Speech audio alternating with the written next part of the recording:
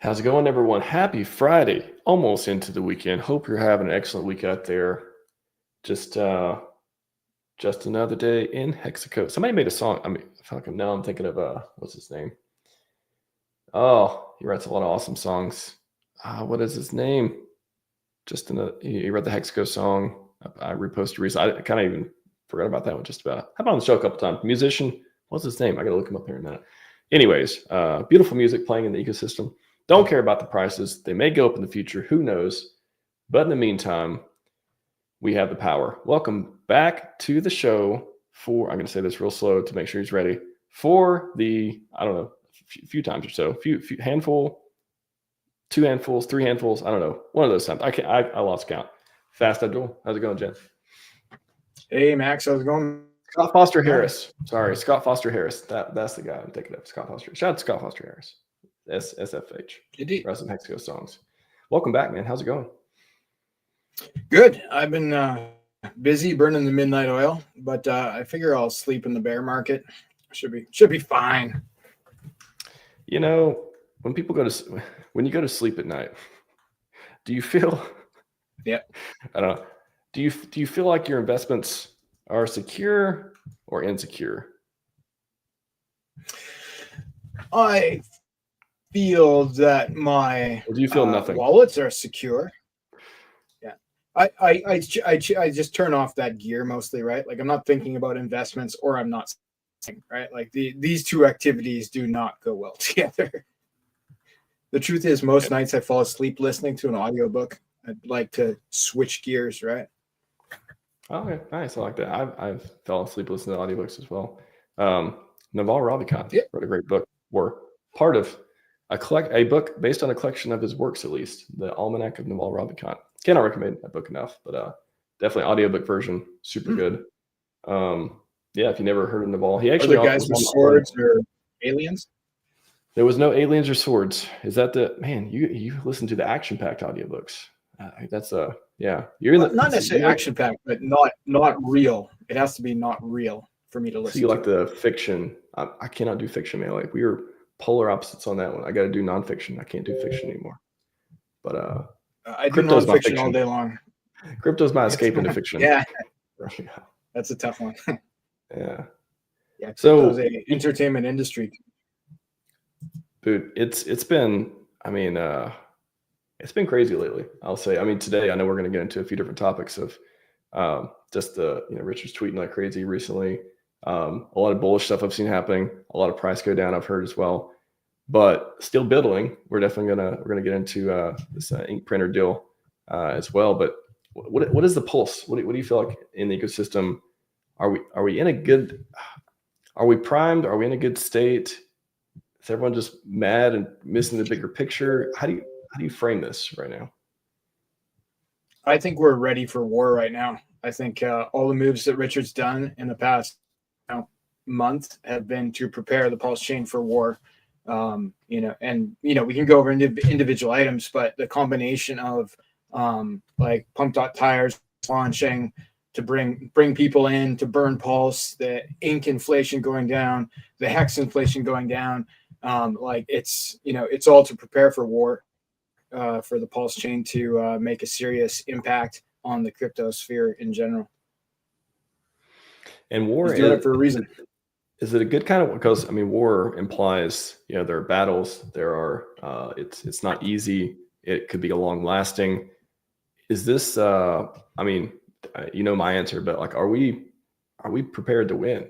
I don't, and what is the other side? Like, how do we lose this thing? Is it ours to lose? Are we in that kind of position? Well, I think there's a couple different metrics there. Like, first off, we can see from some of the things that he did that he's ready to poke the bear, right? First off, just making moves versus making no moves at all, because it was like from the OA account, from RH, it was totally silent as far as movement of crypto wallets for like a long, long time. And then all of a sudden now it's like game on. Like every 4 days or so, something new happens with those wallets, right?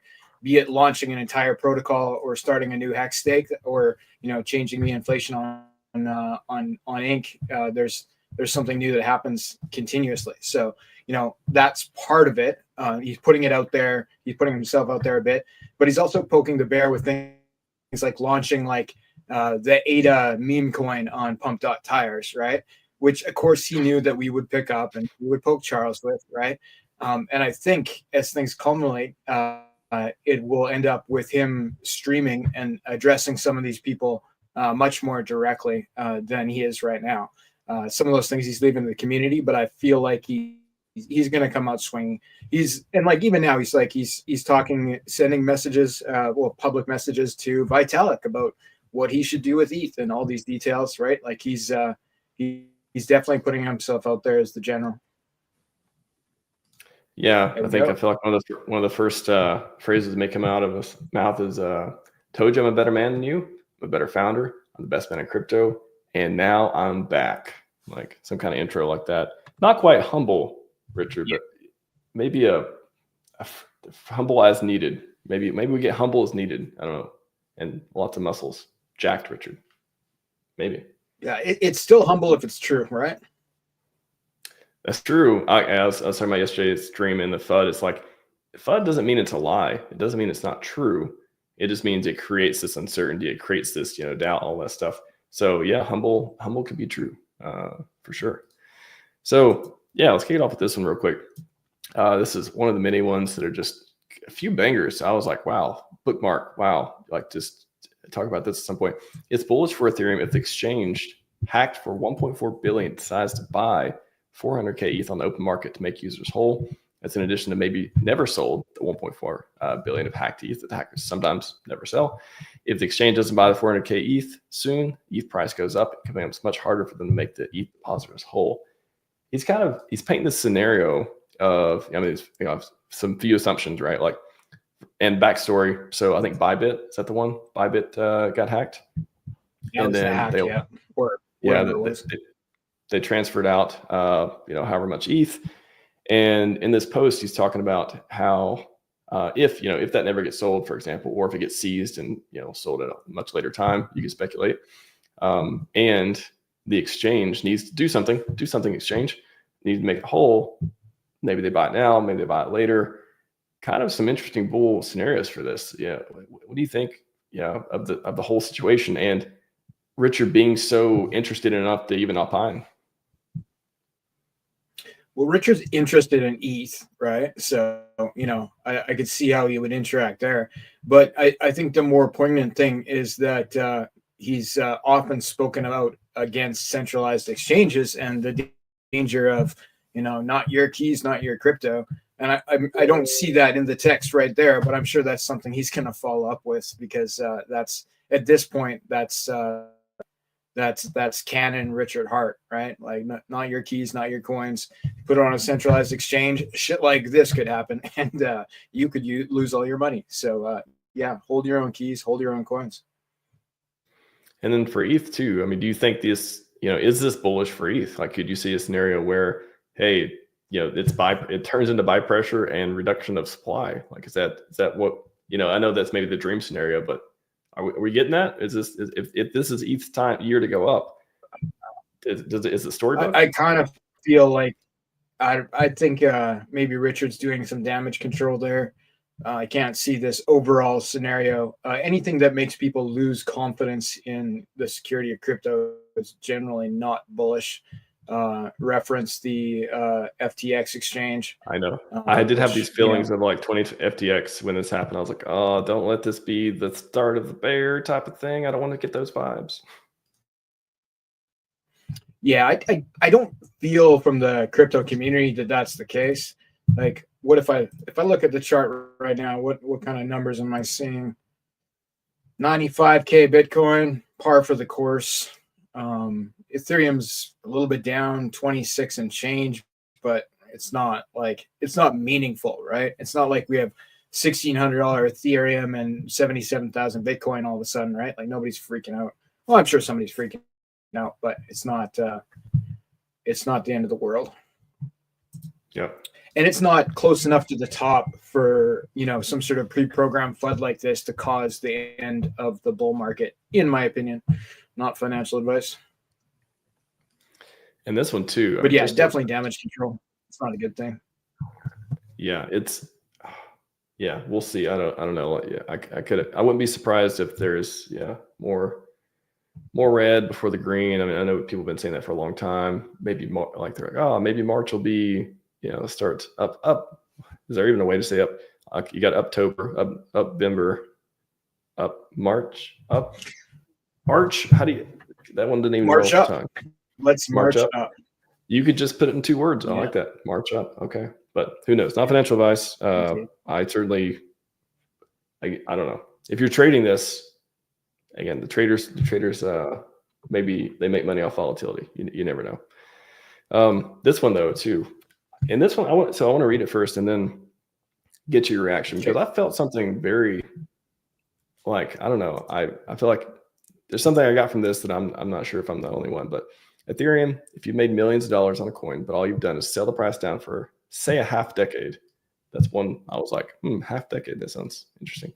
Instead of spreading the good word about it, instead of helping everyone else achieve the freedom you've achieved, maybe you suck. Crypto is absolutely full of people like this who made millions and millions, but keep it a secret, adding sell pressure only, never any buy pressure. Yes, it's your right and your prerogative, but hundreds of thousands of people out there are trying to spread the good word about open source software and miracle blockchains when all you are is silent sell pressure. It makes everyone else out there have to work much harder to spread the word. Some people out here are ideal citizens, putting their money where their mouth is and dedicating their life to spreading personal development technology that's improving the world. TLDR, I sometimes tire of the silent sell only class and appreciate greatly the actual clicks of the buy button occasionally and spreads the good word class. The usual mouthful of lots of adjectives to describe a piece here. Lots of classic Richard on that. What was if you've seen this tweet before this morning or so, what was do you have an instinct? Do you have a reaction? Who do you think he's talking to? Well, generally speaking, I would think he was addressing Vitalik. If we're talking about like how to run Ethereum and what it's doing, like, Vitalik in theory should be driving that ship, right? Is he or is he not? But I feel like most of these tweets where Richard talks about what's wrong with Ethereum or what could be done with Ethereum is him trying to kick Vitalik into gear. You think he's baiting him into supplemental? You know what? I'm going to go. I usually don't do a lot of conspiracy, but I almost feel like you could replace Ethereum with PulseChain or Hex in a way. I get that, but especially half a decade. We just hit the Hex 5-year anniversary, and then maybe in the whole what people are talking about as far as ecosystem. Oh, where's the demand coming from? Why do people keep selling? Look at these prices; they're down so much. Why do people keep selling? I wonder if it's this like, hey guys, can you stop selling? Can you I know you made a lot of money, but can you try to help everyone else make some money so you can make some more money too, type of thing.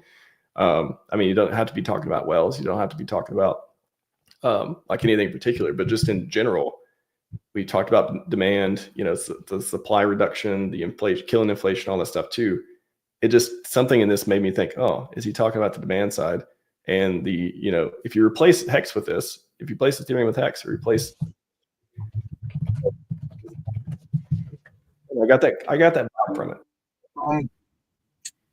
I don't think so, honestly, just because it doesn't all fit. First off, talking about people who've made millions, there's not that many people who've made millions on the PulseChain yet, because you're still early there, right? Well, Hex, I would say fits more than PulseChain, I guess. Yeah, okay, that fits definitively. Hex could be the case, and yeah, I guess when you put Hex in there, that does make sense. And for him to address the OG Hexkins and be like, hey guys, slow it down. He's given other hints too, like reducing the Hex inflation, which affects people that particularly who are doing rolling 30-day or 7-day stakes, that kind of thing, right? He's come off that now is not the time to be constantly selling. So I think there could be a message there to the Hex community that now's not the time to sell. Hold the line.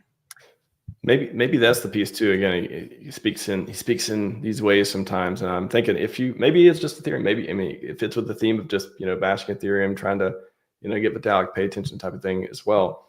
But also, again, if you replace Hex, maybe he's like, not even you could not even take it in a way that's like saying like, hey, you're doing this bad stuff, stop doing it. It's more of like, hey, maybe price goes up and you're making a mistake type of thing. Like maybe it is this kind of like this hint of like, if you could stop selling, or if you could, be more positive about it, maybe good things will come from it as well. Like don't lose hope type of message instead of like criticizing even. And maybe the criticism is maybe it's 6D here. The criticism part is for the Ethereum interpretation, and the hopeful part is the hex interpretation. I don't know, but anyways, that's the vibe I got. I was like, oh, I wonder. Yeah, I wonder. So, anyways, shout out to all the OG Hexicans, by the way. Everyone who made money. I don't care if you sold it. I don't care. I posted I think every time somebody talks about hex flexing these days, there's this sentiment as well of like, oh, that's the people dump on your heads.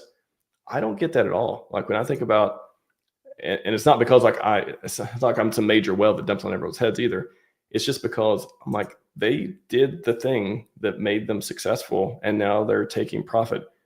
I don't like, that's just how the game it's a fair game to me. Like it's not like this inside job and people just extract it. It's not like this Solana meme coin, all the like crazy stuff going on where it's only insiders get rich all the time and they just extract value. Hex was a very like, I don't know. I think the launch was pretty amazing in a lot of different ways. So I don't know. I just never share that sentiment. I never say like, oh, I wish people stopped dunking my head. I'm like, I mean, it'd be nice if they would, try to make some more money rather than selling early. But I don't know. That just never crossed my mind as something to think about when I think of hex flex. I feel good when I see people doing hex flex, or when I used to, not a lot these days, but before it was like, that's amazing. You made some life-changing wealth. I'm so happy for you, instead of like, oh no, that's why price down. But I don't know. 555,000 D. I like it. That's the type of chess we play now here. So that was a big piece. What else? That was that. Oh yeah, we got to talk about the hex one. Speaking of the hex coin. Yeah. Some people might be interested in that. Some people who have on this channel, they do tend to like the hex coin from time to time. Nice things to focus on in hex: the T share price, the massive commitment of long-term stakers, the T share rate, how much harder inflation is to come by, like multiple Bitcoin halvings at once, how some giant whales are usually full staking. FSH Cell had their final stake just in yesterday. So to me, the two most interesting pieces of this are the last two sentences. Yeah, what do you make of like, hey, don't be so mad at the hex price. Everything but the price is doing pretty well. And look at this bullish. And what does the FSH mean? Like, I saw somebody explain it, but like, what's you want to talk about that? Ooh. Okay, what does FSH mean? What does that short for? I don't get all these abbreviations you kids put out on Twitter and stuff. Don't worry. We got crypto events here too. I think almost no one got this, but so for those wondering, RH is doing a subtle wordplay on the FSH acronym stake instead of stack. So I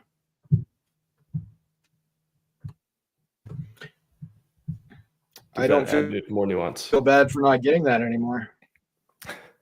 I never heard it either until it was used in this context. So I think at least the first piece too. So like the multiple Bitcoin halvings, that sounds like a hint of, what happened after Bitcoin halving?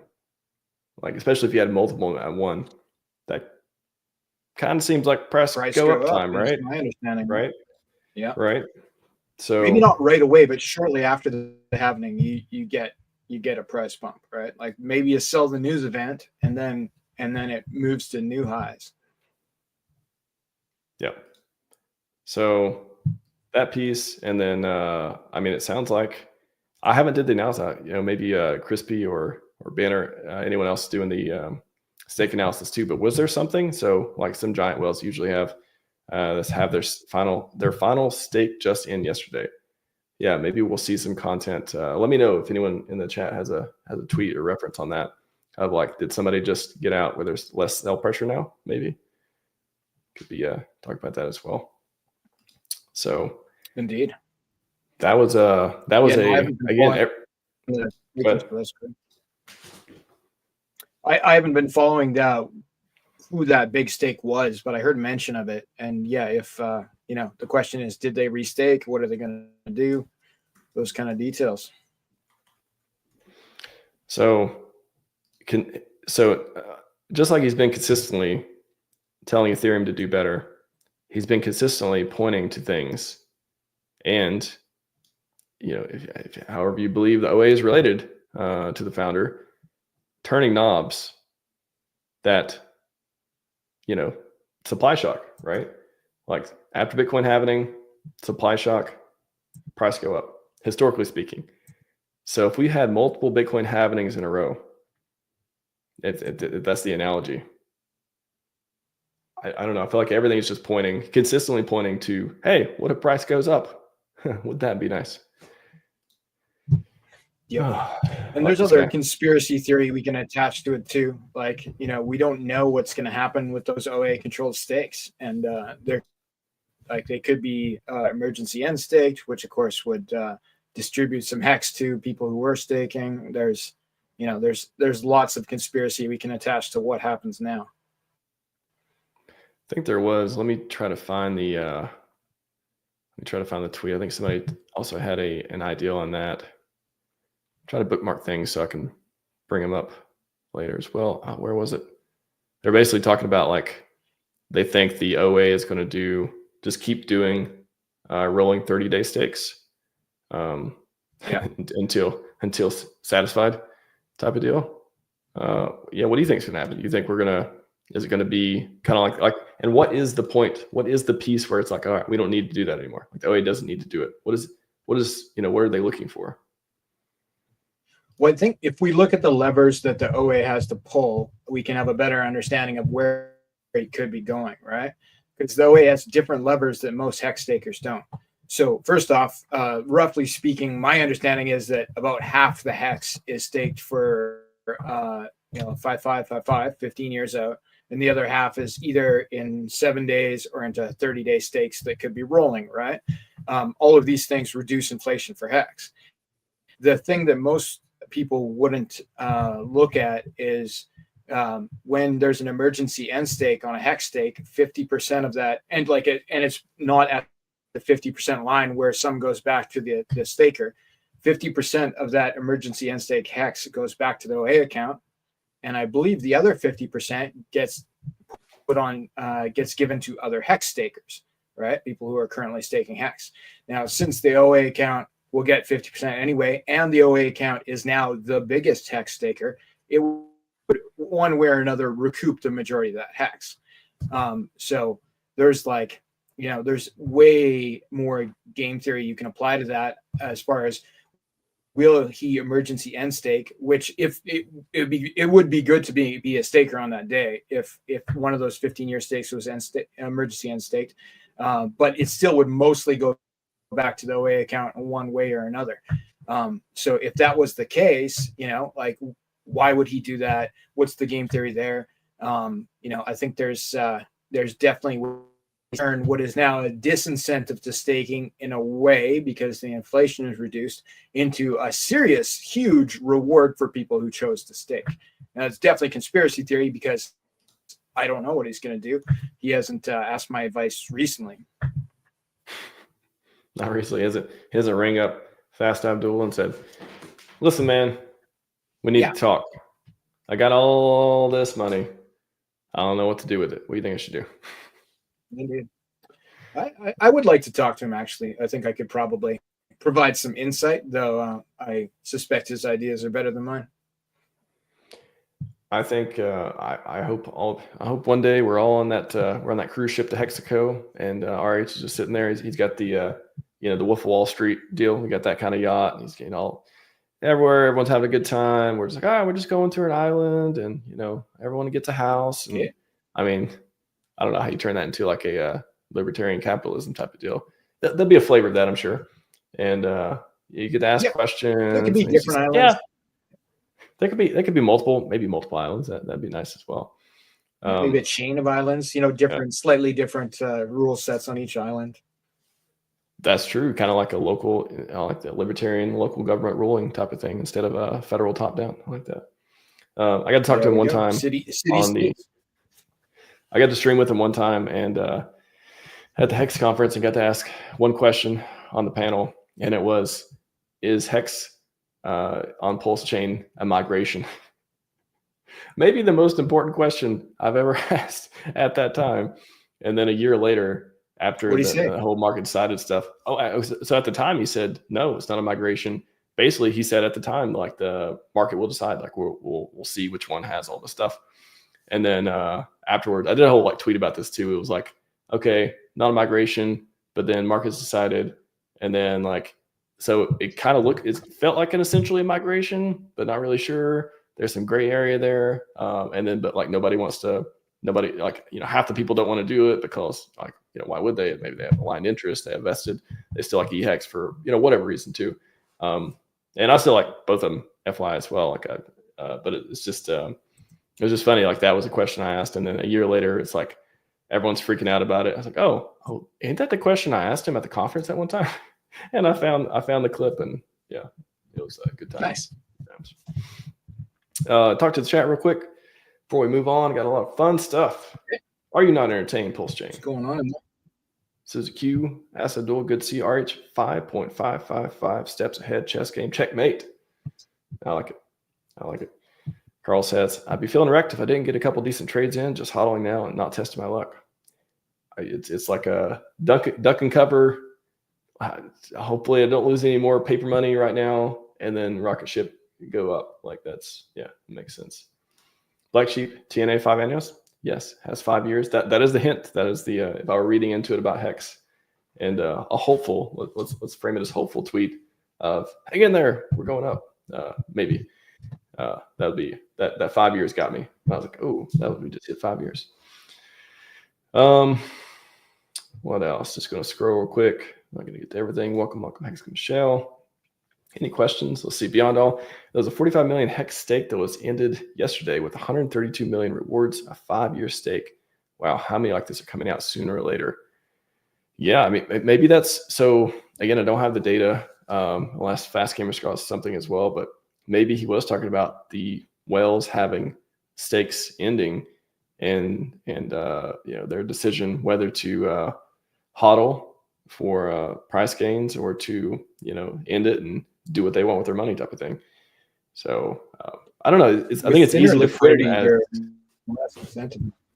Oh, that's a great point. So if we're piecing this together, I wonder if the OA was like, hey, there's a lot of Hex stakes coming out. I wonder if there's a lot of Hex stakes coming out. Let's not let them, let's de-incentivize the exodus type of deal.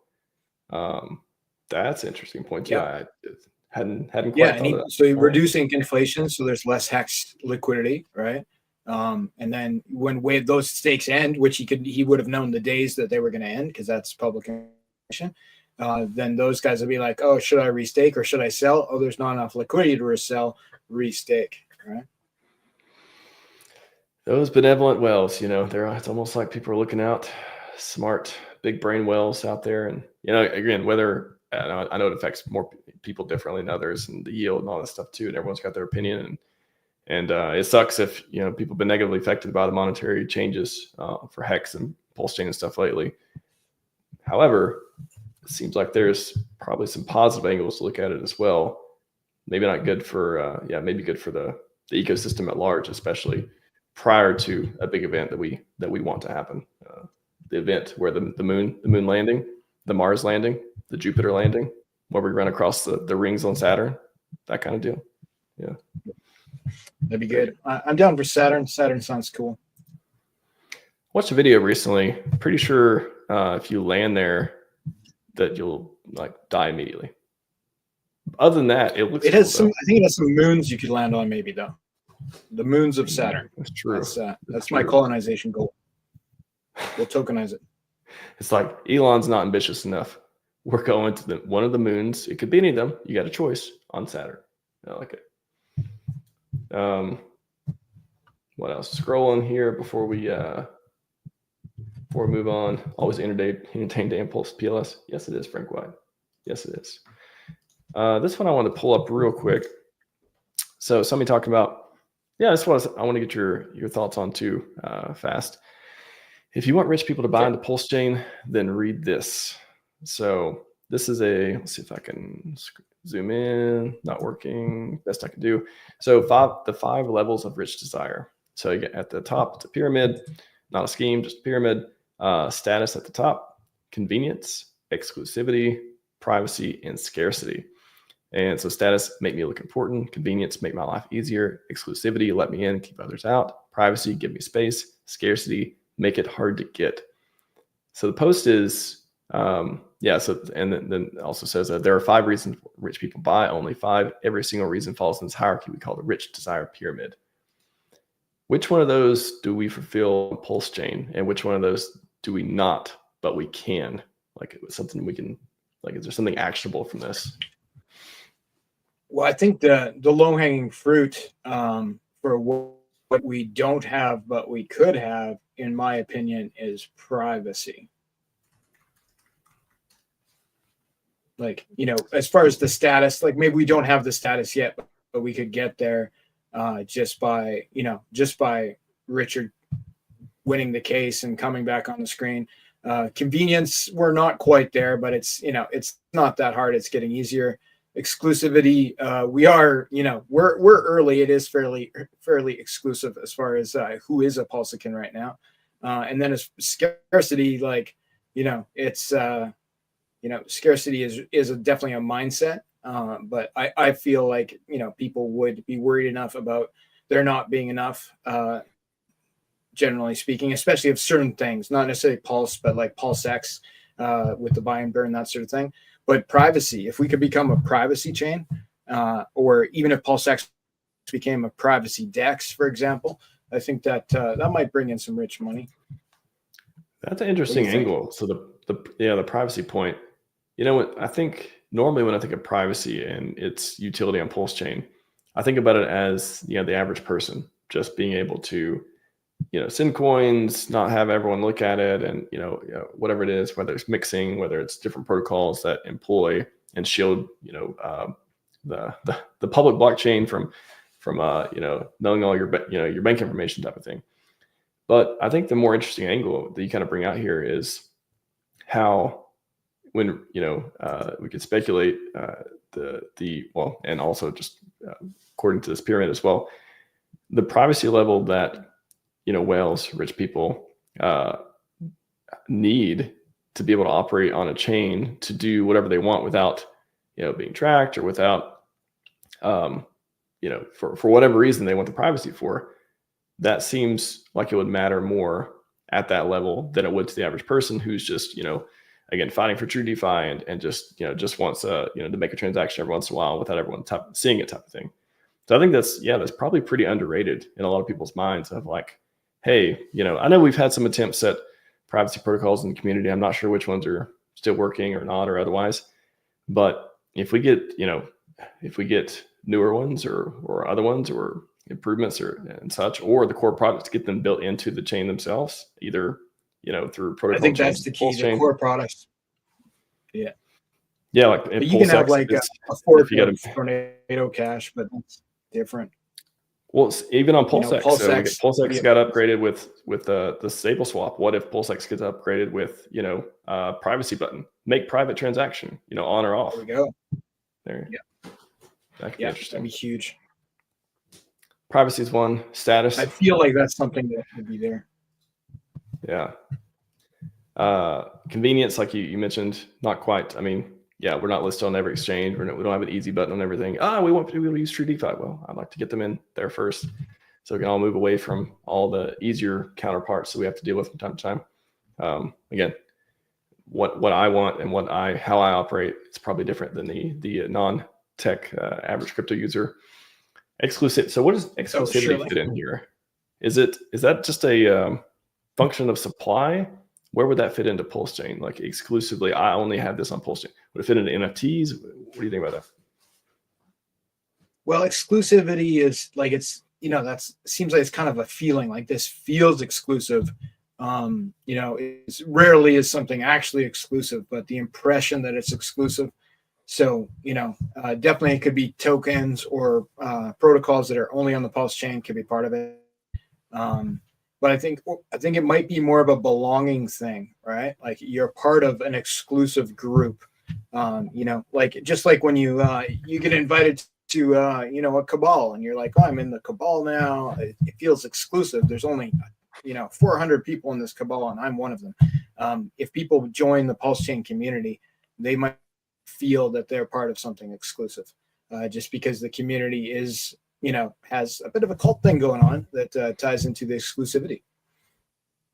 Yeah, I mean, there used to be, and there still is to a certain degree, like a pride factor of having T-shares, right? Like that it's kind of built into Hex of, wow, I have this many T-shares. I was able to, make this choice and get in at this time and accumulate those. With PulseChain, PulseX, and Inc. I wonder if there's is it just the size of the bag? Is it your ability to, I'm curious to see what kind of status games can be played on the chain that aren't just a function of like being able to dump or being able to, I don't know. Yeah, I'm not much for status games, but it's interesting to community, think about. like there's so many like there's like the Pulse chain and Hex communities in general, but then there's so many niche communities with their own levels of exclusivity and cultiness that I definitely feel like whether you're in the Tang gang or the Camel clan or whatever your flavor of cabal is, like we have them all, right? And I think that community could embrace that exclusivity concept and make people who come in feel that way. Now, really rich people, if that's who somebody's addressing, they may be in different cabals than the one I mentioned, but it's definitely definitely something to that, to have a group that people can belong to that is not for everyone, right? That's exclusive. Yep. All right, speaking of exclusive, we got, and I don't know if you went on before to talk about your ink printer, but we got an inclusive look at new thing. Fast Abdul, a founder of several products, from my understanding. What are you doing for ink? Why are you making? What are you doing for the stuff? What are you doing with core coins? We are going to complete the set, because right now we have a liquidity fork, so like a stable coin that uses Pulse as collateral. We have that's Liquid Loans, of course. We have the Earn protocol by Power City that uses PulseX as collateral, and then also by Power City, the Flex protocol uses Hex as collateral to make a stable coin. So I'm going to launch Ink Printer, which will be a liquidity fork that uses ink to make a stable coin. And there are some benefits to this concept. So when and where can we sacrifice? Nowhere and never. No sacrifice. It's going to be tough, but I'm going to try to get this out there without $55 million. The code is done. It's being audited right now. So as far as the, I've already spent probably 54 million on the devs, getting it ready and all that kind of stuff. And we'll release it shortly. So no worries about sacrifice on this one. Indeed. Yeah. No, devs are more expensive in the bull market. That's for sure. Yeah. No, I'm sure. I'm sure you got some. I wonder, actually, is it, and just a builder question too, like when you find devs, do you, I mean, I'm sure people use Fiverr and otherwise, but like, is it referral based? Like, how do you find, good devs these days, regardless of how much you have to pay them? Well, devs are, in my experience, devs are almost like scientists, right? Like they'll have their own specialties. So like if you want to launch a liquidity fork, you find a dev who's launched liquidity forks before. And who are specialized in that, right? And the same if you're working with Balancer, especially the heavy lifting ones, Balancer, Convex Curve, the ones with 43 contracts, like it's best to find a guy who's done something like that before, or a team of guys, and they'll have specialties within within that. Like there'll be a guy who focuses on one part of it, the front end dev, the back end dev, on something like a liquidity fork is not that big, but probably typically you'd still have 2 or 3 devs performing specific tasks that they were especially good at, versus a general dev who can, do everything. Those are usually the guys who end up being in management, so to speak, and they're not especially good at any one task, but they understand everything. That's, devs they're a reflection of how the rest of the world works, generally speaking, but it's not the same. They think different than us. They're not on the screen. So there we go. They're not. No sacrifice. Yes. Leverage on ink. Yeah. I was just going to say, that's why I kind of joked before. I remember seeing it as no sacrifice. So, that's something that people aren't yelling that they want more of. Nothing against sacrifice phases. Everyone needs to raise money or do what they need, but a lot of people tend to push back on it these days after, not seeing a lot of their products do. Just even talking about the PulseX and PulseChain sacrifice again, we're still under SAC. So everyone's like, yeah, maybe I don't want to trade coins for whatever reason. But a lot of people are so excited about it too. Anyways, no sacrifice, leverage on ink, stop loss on ink. Yeah, so can you explain each one? I mean, other than this one, explain each one of these, like what do they mean? Sure, you bet. So as far as leverage on ink goes, like the way a liquidity fork works is that you insert a non-stable token, right? So like a volatile asset, in this case it's ink, and then you remove a stable asset like a stable coin, right? So the stable coin will be INCD, the ink dollar, and to get it, and on day one when the protocol launches, there'll be 0 in existence, and then it's minted by people who put in ink, and for every $1 worth of ink you put in, you can essentially take out $1 worth of ink D, right? And then that's your stable coin. So as far as the leverage part goes, you're taking a loan against your ink, right? So let's say, for example, you put in $10,000 for the ink, you could take out $5,000 and have the rest of the ink inside the protocol. It's collateralized. You take out $5,000 in the stable coin, and you could go and use that to buy more ink. You can do all kinds of things with it. You could go buy more ink and then put more ink inside the protocol and then take out more stable coins. And then if the price of ink goes up, right? So let's just say that for easier math, we'll say ink was $1 and you put in $10,000 worth and take out $5,000. If the price of ink doubles to $2, well, you can take out another $5,000, right? If the price of ink doubles again to $4, well, you can take out another $10,000 and you're still maintaining the same collateral ratio.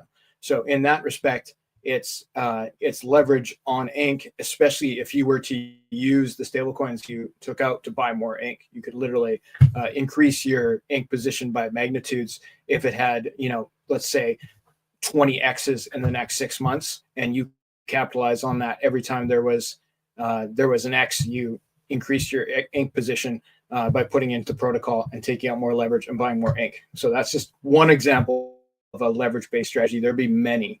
And then as far as the stop loss goes, and this is not something I'm going to push, this is what I think is going to happen, but the same scenario where, you put $10,000 in worth of ink and you took out $5,000, if there was like the ink price crashed by 95%, right, which I don't believe is likely, but if it did, well, you would get liquidated. You'd lose the ink that was inside the protocol, but you get to keep the $5,000 you took out, and you'd be in a much better position than people who didn't do that. And then you could buy the bottom of ink at 10 cents if that was the case, and you'd have way more ink than anyone else who had just held their ink through that process. So that's an extreme example, but I think the stop loss concept applies. It's more of a pro trader move, but it's not a terrible tool to have. And really, that's what this is about. It's another set of tools for people on the PulseChain where they're going to be able to potentially use ink in more sophisticated ways. And the most important part, in my opinion, is they be able to earn with ink. Because if you think about it, it's almost equivalent to having single-sided staking for ink, because you can take your ink tokens, you can mint the stable coin, and then inside the protocol, there's single-sided staking for the stable coin, right? So it's kind of de facto single-sided staking for the ink token. And then maybe how is it different than liquid loans and Power City with the Flex and the PulseX lending. Yeah. Like, is it a fork of, is it new code? Is it a fork of something? Maybe I missed that piece. And then like, what are the differences? Like, is it all just like the same bit, just different token? Well, they're like all of the above are forks of Liquidity, right? And they're basically one-to-one forks with minor changes to like relatively small details, right? Like the collateral for one, right? Like what is the collateral? The collateral on this one is the ink token versus Pulse or PulseX or Hex. As far as the other thing that is different between them is the minimum vault size. So on liquid loans, the minimum vault size is $2,000, which I found somewhat restrictive. On Flex and Earn, it's $500. So we've chosen to also go with $500. So the minimum vault size is $500. And it's it's much easier for people to get in with those smaller vaults or to enact more strategies where maybe they have several wallets with different collateralization ratios, etc. So as far as what it would be closest to of the three existing forks of Liquidity on the PulseChain, probably the Flex protocol would reflect the closest on what we have here. Just because it has that $500 collateralization minimum for the vaults, and because they stretched out their farming period to 369 days, and we're going to do the same thing. So then that's for the bonus that people receive for providing liquidity in the early days of the protocol. Can't remember what it was on liquid loans. It was relatively short, maybe 30 days or something. Then with the Earn protocol, it was maybe 90 days or something like that. And then with Flex, they stretched it out to be just over a year. And we're going to go with that same format. So people will be incentivized to provide liquidity for both the stablecoin INCD and the protocol staking token, which is called Print. So the ink printer token. So there'll be built-in liquidity farms that will be attached to this. And of course, I have some levers I can pull. You might see some additional farms on Fox for both the stablecoin and the staking token. When launch, Dev? The official plan is 2 weeks after the last person says when launch. So 2 weeks starting now, Max. Right now. After everyone says that, it's just two more weeks. You always got that timer. See why the pivot? Yep. Was there a pivot? I have it automated in the Telegram right now. Oh, nice. But we're pretty much done, right? Like the code is in audit right now. The auditors are mostly looking for. I instructed them to ensure that this is a true liquidity fork as their main priority, right? Because the liquidity code has been audited like 100 times. So if we can verify this is the exact same exists on Ethereum and exists on the PulseChain, these formats, this will be, to my knowledge, like if we would look on DeFi Llama, I think it'll be the 39th or 40th liquidity fork in existence. This is it's a good way to make a stable coin. And okay, wow, that'll be so you got 2 fucks, and weren't you wasn't there another one coming up? I haven't been keeping up with a lot of community projects, but I thought that was one based on not Curve, but did you have another one? I have so we have our Bribery protocol, which is pretty much ready to go. Okay. Yeah, and so that's I like to talk about bribes, and that's where people can pay a bribe for to fucks and 2fucks users to get them to vote for specific pools, and votes going towards the pool is what makes the pool pay more. So it's kind of like a whale game or a founder game to place the bribes, but then any users on 2fucks or fucks who have votes can sell their votes and get a way higher yield margin than if they hadn't done that. So that'll be out soon too. I just didn't want to. There's a lot of details on that. I didn't want to muddy the waters too much. It's not directly connected, but the truth is that since we're running 2fucks and we have a couple levers we can pull there, I think it's going to be really good for the future of this stablecoin in particular, because I understand how to incentivize people to provide liquidity, and I have some tools to do that with 2fucks being a fork of convex built on top of the Flux exchange, we can we can make it so that it's beneficial to provide liquidity for the stablecoin there, and hopefully get a lot of liquidity for the stablecoin paired against other important assets, including bridged assets like bridged USDT, USDC from Ethereum, etc. That helps keep stablecoins stable, to have them be able to move back and forth between other known, recognized, and secure stablecoins. So I'm on it. Sure. All right. Chat, let me know if you have any questions on the ink printer. And yeah, it looks like, so all for the, we got the Hex Flex for protocol, Flex protocol for Hex, the Power Cities Earn protocol for PulseX, liquid loans for PLS, and looks like in 2 more weeks, ink printer for the ink token. A lot of people like the ink token. They like the ink token. Yep. And I'm bullish on the ink token right now with the inflation reduction and the potential for it to have additional use cases, right? Like, I think the ink token could be, could be in a place to show us some X's, not financial advice. I like the X's.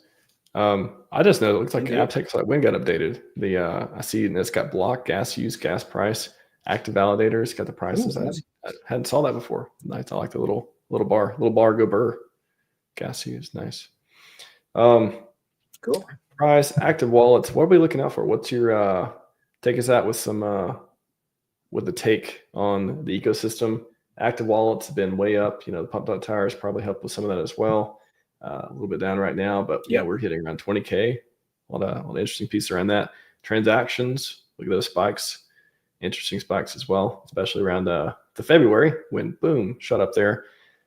Look at the burning, the supply of PLS burned. Look at that, go down, huge. Not up, go down. Why why you like the PulseChain? Why you like the PulseChain fast? I like the PulseChain for community. It's definitely, the community, not the asset. Is a wise man once said that was the most important thing, and I think that's very true here. It's, I can do something like come up with an innovative ink printer, and there's enough people who can look at it, understand it, and participate with it. If I were to do a similar thing on Solana, like it would just be like a Telegram room full of people saying when marketing, right? Like, it's not, the PulseChain is built for DeFi, right? Yeah, exactly. So it's built for DeFi. It's not like it has meme coins, but we make our meme coins be DeFi tools, right? Like, we have farms for our meme coins, right? Like, we, like I have a Tangang farm, I have a PDI farm, like it's, we hook DeFi into everything on the PulseChain. And I think that being my primary interest, like DeFi protocols, things that do stuff, utility, PulseChain is the best place for that. And it is 100% because of the community. I'm happy enough with the chain as how it works, and the code and all those kind of details. But yeah, that pales in comparison to the people. Is this the year for glory? 2025? Is it based on whatever perspective and cycle theory and whatever else you use to formulate these ideals? Do you think we're winning this year? Is it finally time? I think it's this year. I'm not, I'm not really good at studying the macro stuff to say what's going to happen, right? Like, it's, the war in Ukraine, or if China's going to attack Taiwan and that kind of stuff, if that's going to affect the price of crypto.